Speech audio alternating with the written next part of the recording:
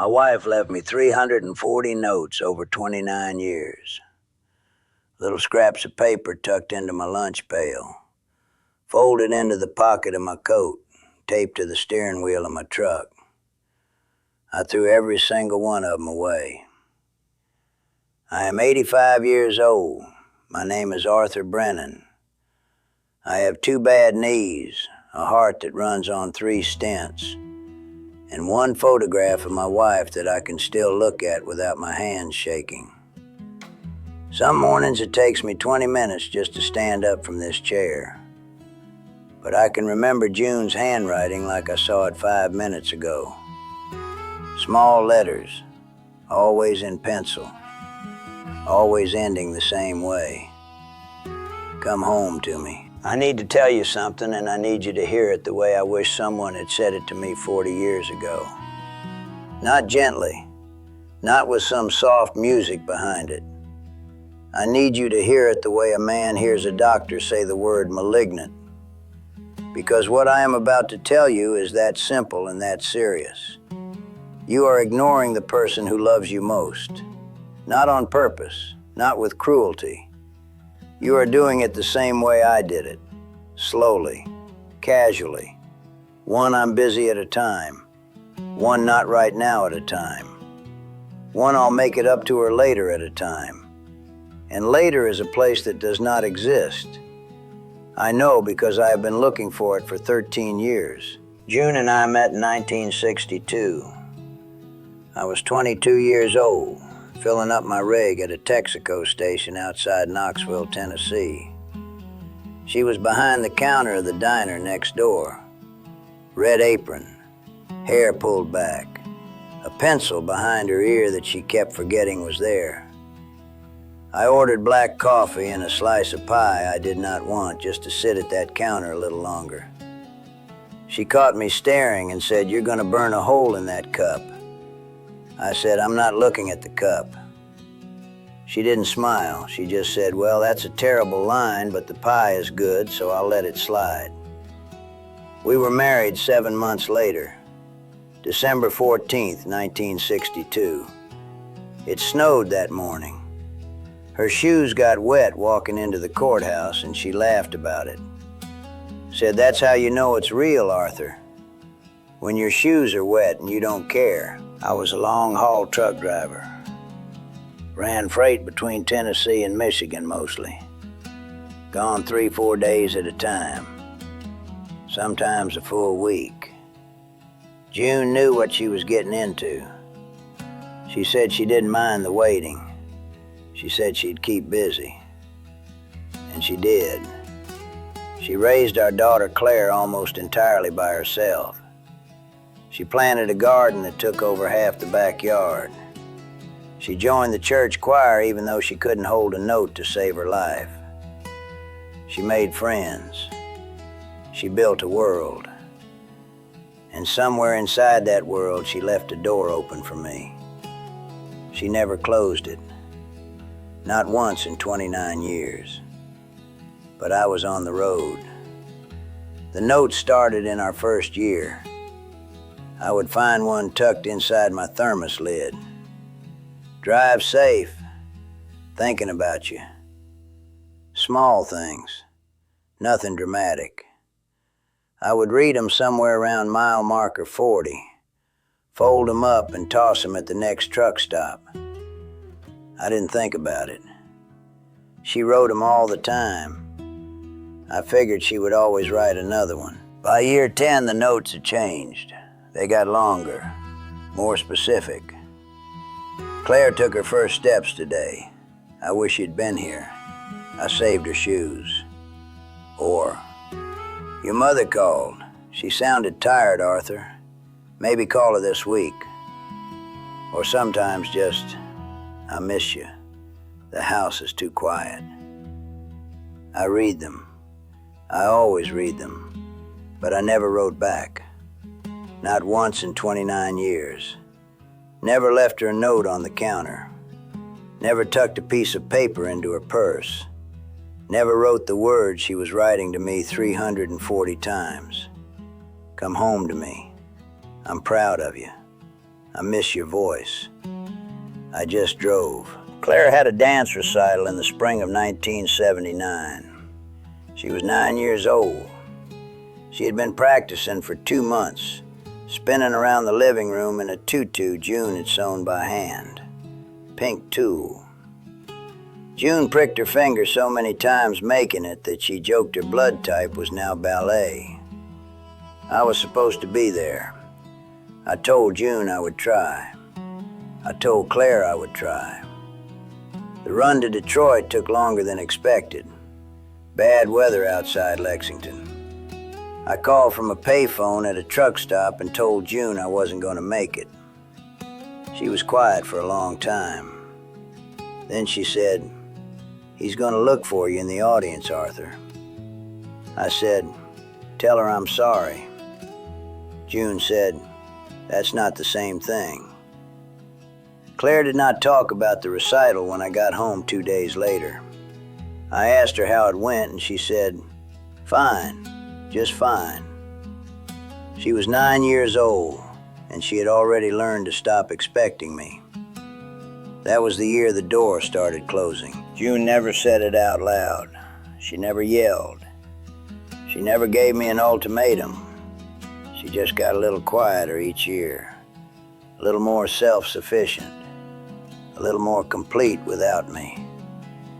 And I told myself that was fine. I told myself that's what a strong marriage looks like. 2 independent people, no drama, no complaints. I did not understand that silence is not the same as peace. Sometimes silence is just someone who got tired of asking. There was one night I remember, 1984. I came home from a week-long run. It was past 11. June was asleep on the couch with the television on. There was a glass of wine on the table, half finished.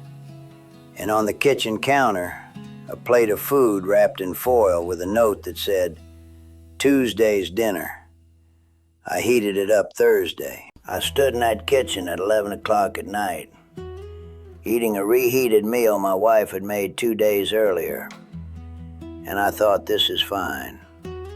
This is how it works. It was not fine. It was the beginning of a distance I would spend the next 20 years pretending did not exist. In our 50s, things got better. The runs got shorter. Claire was grown. I was home more. And I started doing what I should have done from the beginning.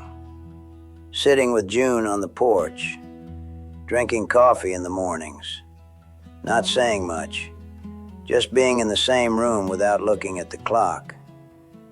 Those years were the best of my life, but I thought they were the beginning. I thought we had finally arrived at the good part.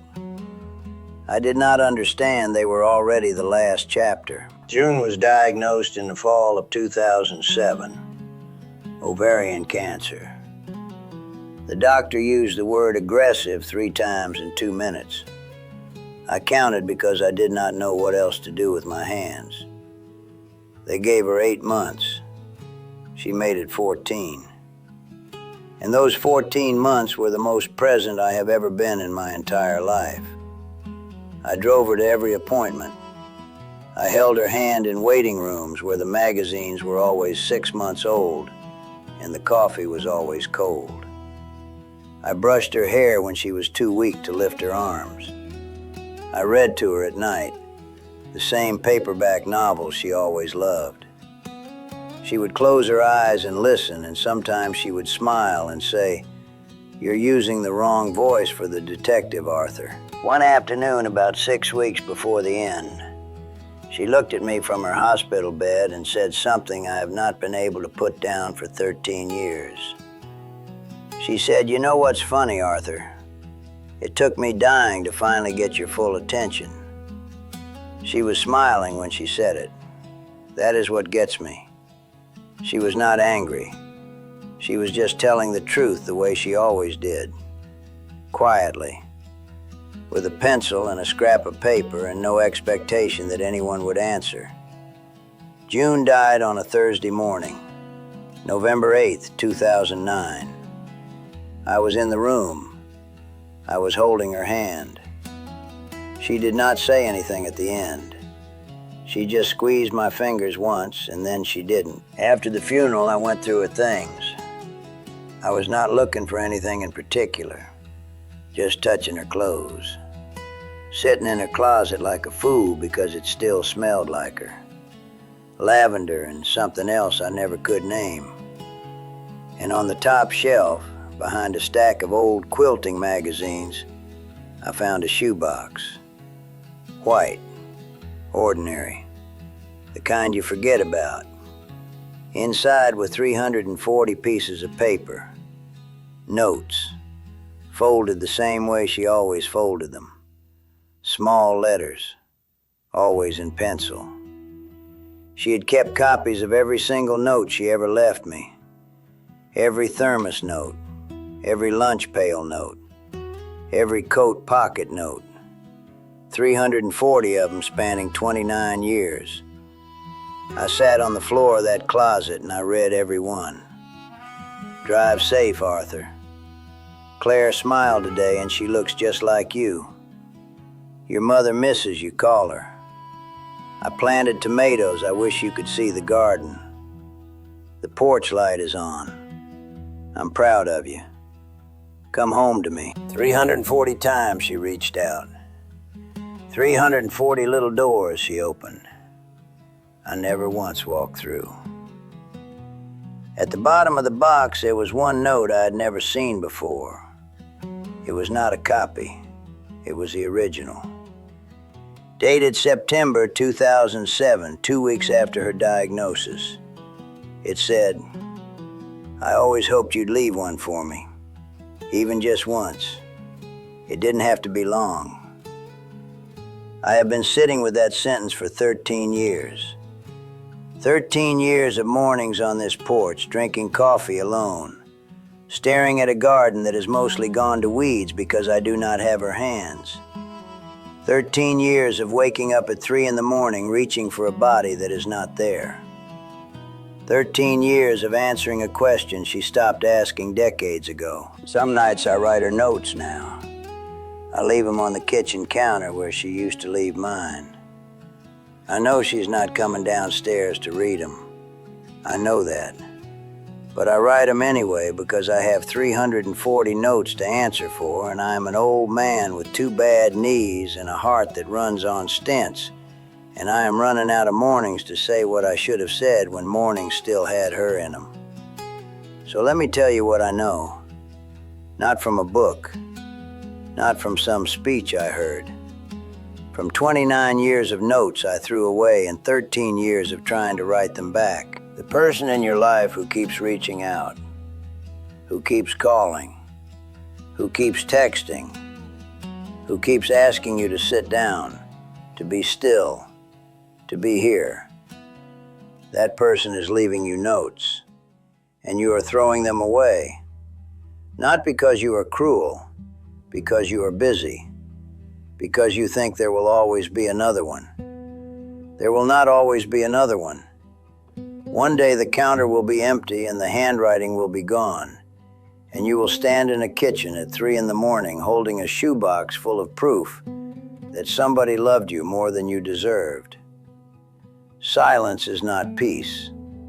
Sometimes it means the person you love has stopped leaving notes, and by the time you notice the silence, it is too late to write back. The moments that matter are not the vacations, not the anniversaries, not the grand gestures. The moments that matter are a Tuesday night at the kitchen table, a reheated plate of food, a glass of wine, half finished, a person who is still waiting for you even though you are 2 days late. Those moments are available to you right now, today, this evening, but you have to choose them. You have to stop driving. I am 85 years old, 2 bad knees, 3 stents, 1 photograph I can still look at.